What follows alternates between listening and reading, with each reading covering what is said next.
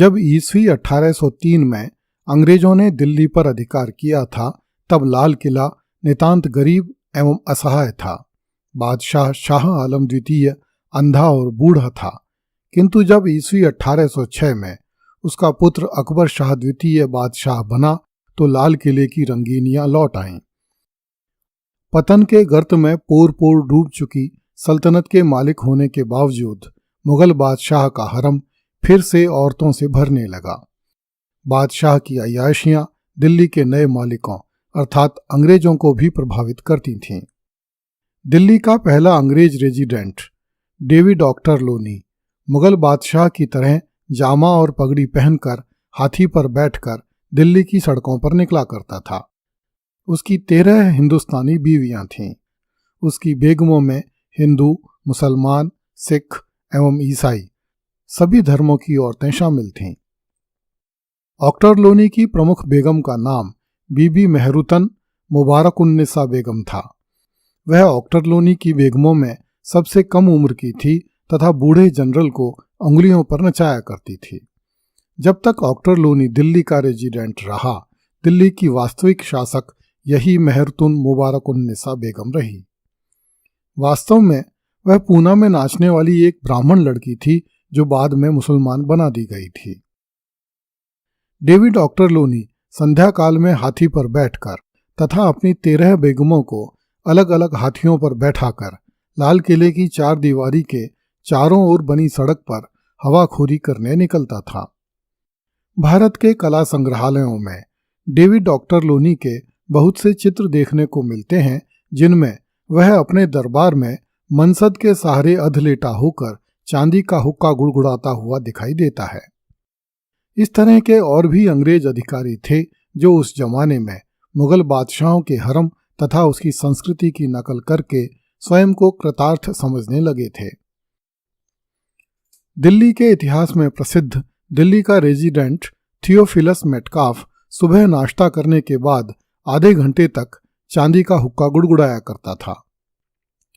जब तक बहादुर शाह जफर बादशाह बना, तब तक बादशाह को ईस्ट इंडिया कंपनी की तरफ से 15 लाख रुपया सालाना पेंशन मिलने लगी थी।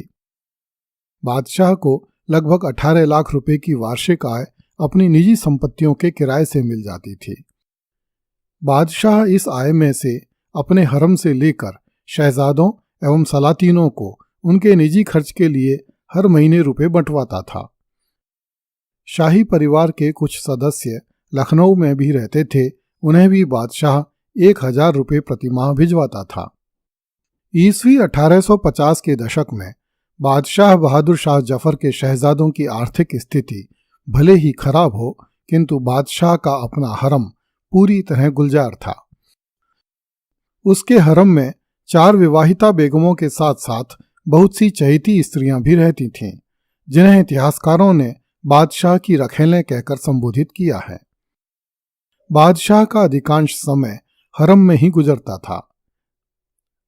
विलियम डेल रिम्पल ने अपनी पुस्तक द लास्ट मुगल में लिखा है कि ईस्वी 1853 में कम से कम 5 ऐसी औरतें थीं जो बहादुर शाह की खिदमत अंजाम देती थीं, क्योंकि उसी साल जुलाई में जफर ने चांदी के 5 जोड़ी पलंग बनवाए थे। जफर के हरम में हर समय खूब रौनक रहती थी तथा उसके 80 साल के होने तक हरम इसी तरह गुलजार रहा। विलियम डेल रिम्पल के अनुसार बहादुर शाह जफर के 16 पुत्र और 31 पुत्रियां थीं। उसके अंतिम पुत्र अब्बास के जन्म के समय बादशाह पूरे 70 साल का था। जफर का हरम अनुशासन और सुरक्षा की कमी के कारण काफी बदनाम था। एक बार बादशाह की खास रखेल पिया बाई तानरस खान नामक एक दरबारी से गर्भवती हो गई। कई अन्य रखेलों पर भी कई बार खुलेआम आपत्तिजनक आरोप लगे।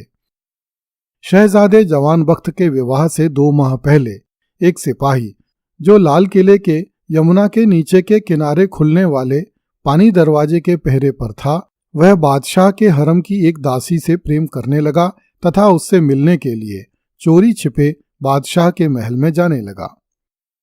यह दासी बहादुर शाह की भी रखेल थी। जब यह बात बादशाह तक पहुंची तो उसने सिपाही को पकड़वाकर उसमें कोड़े लगवाए तथा जंजीरों से बांधकर जेल में डलवा दिया। दासी को चक्की पीसने की सजा दी गई। लाल किले की 1 फरवरी 1852 की दैनिक डायरी में लिखा है कि बादशाह ने किले के प्रबंधक को बुलाकर उससे कहा कि बादशाह जनाने के प्रबंध से बेहद अप्रसन्न है। सारे चौकीदार और चौबदार हर समय गायब रहते हैं, इस कारण बाहर के लोग आसानी से जनाने में आ जा सकते हैं। बादशाह की रखेल चांदबाई ने बादशाह को बताया कि ख्वाजा सराओं द्वारा रोके जाने के बावजूद नबी बख्श जबरदस्ती सुल्तान बाई के घर में घुस गया। जनान खाने में बिल्कुल अफरा तफरी मच गई।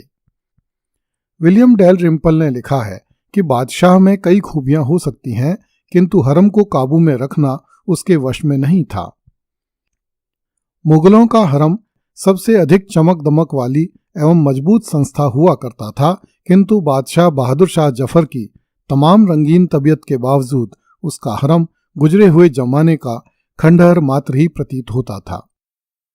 शहजादे भी हरम में ही रहते थे। उन्हें पढ़ाई लिखाई सीखने, शिकार पर जाने, कबूतरबाजी करने या बटेरबाजी करने की पूरी छूट होती थी। अगली कड़ी में देखिए, 1857 के लाल किले में 2000 भूखे नंगे शहजादे बंद थे।